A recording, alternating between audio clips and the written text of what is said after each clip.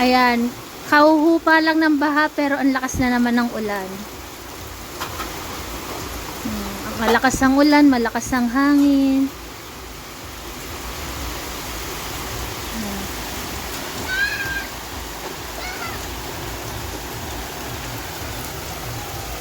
Pauhupa lang ng baha.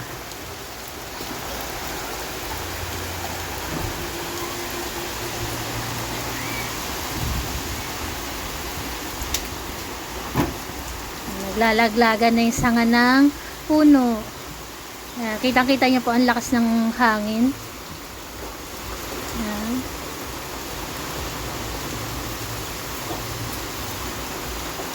Sana wag naman bumaha na. Wag naman sanang bumaha ulit. Yun po yung ano ko. Tuwan-tuwa yung mga bata sa ulan.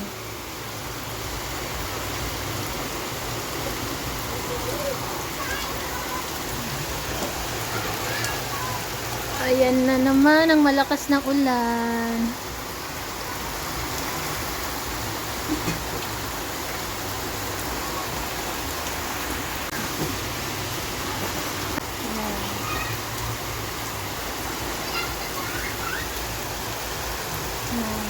Kawawala lang ng baha eh. Ayan na naman ang ulan.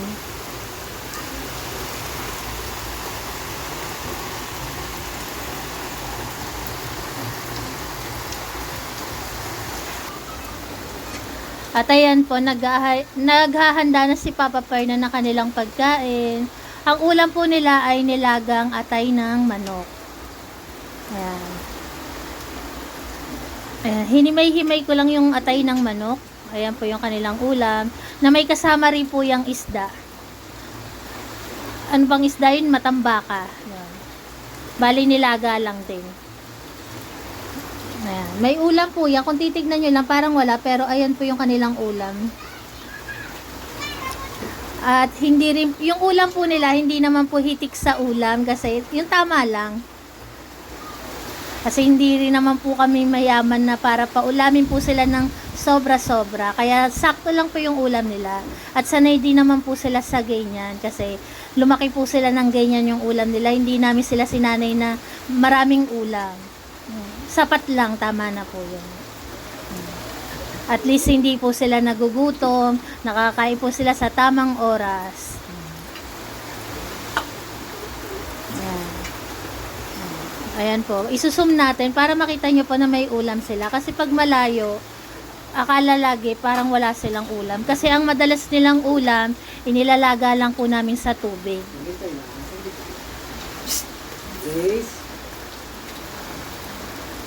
Maghintay lang, magpe-pray ang kuya nyo, ha? Ang lakas talaga ng ulan sa labas, oh. Tingnan nyo naman po yung hangin. Umuugong yung hangin sa labas. Naglalaglaga yung mga sanga ng puno. At ayan, kitang-kita na naman yung agos ng tubig sa lupa. Sana po hindi na talaga bumaha. Ay, wag naman sana magtuloy-tuloy yung ulan na to. At eto na po, pinupwesto na sila ng kanilang Papa Fernan. Kasi kakain na po sila. Nakapwesto na yung 3 balilit. Dip, maghintay. Ayan. Pray na Kuya Barak. Barak mo pray na.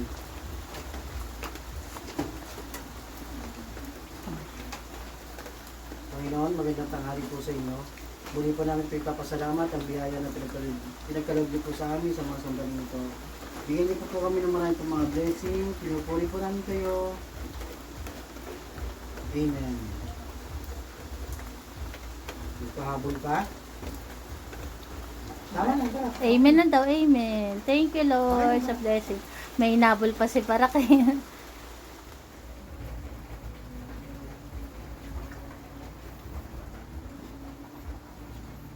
Sabi natin, pupesto ko kayo ha. Jinel, halika na rito, Jinel. Pupesto kita, Jinel. Jinel, halika rito. Dito ka. Kukunti kasi tapos. Maghintay. Copper, halika na rito. Kakain na sila ng tanghalian. Dito na lang, dito ka na. Maghintay. Polo.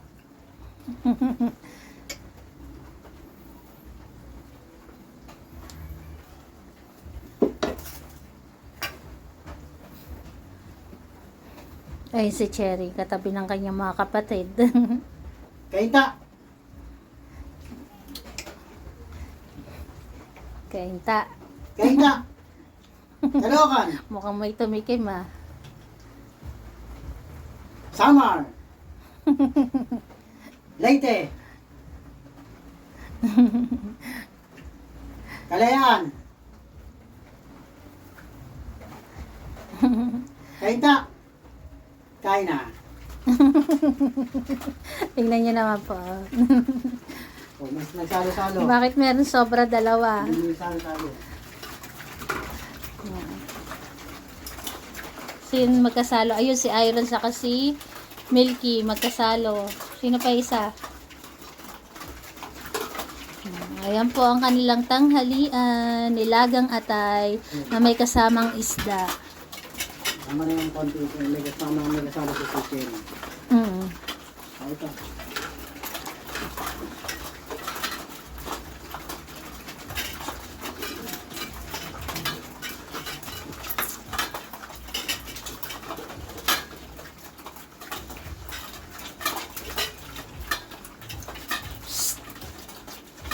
Natawid na kayo. Yung mga bulilit, natawid na yung plato nila. Ang dami pang mga ano. Natawid na. Diyan lang kayo sa plato nyo. Yan na kayo sa plato nyo. Sarah. Grace.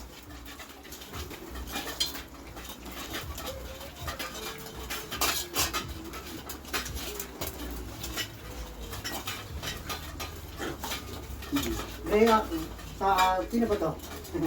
Sarah. Tama na. Bigyan na kayo. At ayan po yung kanilang tanghalian. Nakaraos po ang kanilang tanghalian.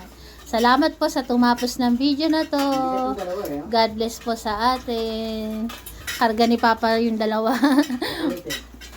Palipat-lipat kasi. Masama rin po kasi nasosobrahan sila ng kain. Yung sa kanin. Kasi binabalik nila. Kaya sakto lang.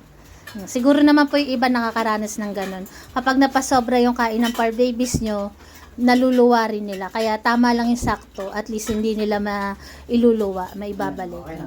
Ayan po. God bless po sa ating lahat. Pwede na kayong malimot. Salamat. Ingat po tayo.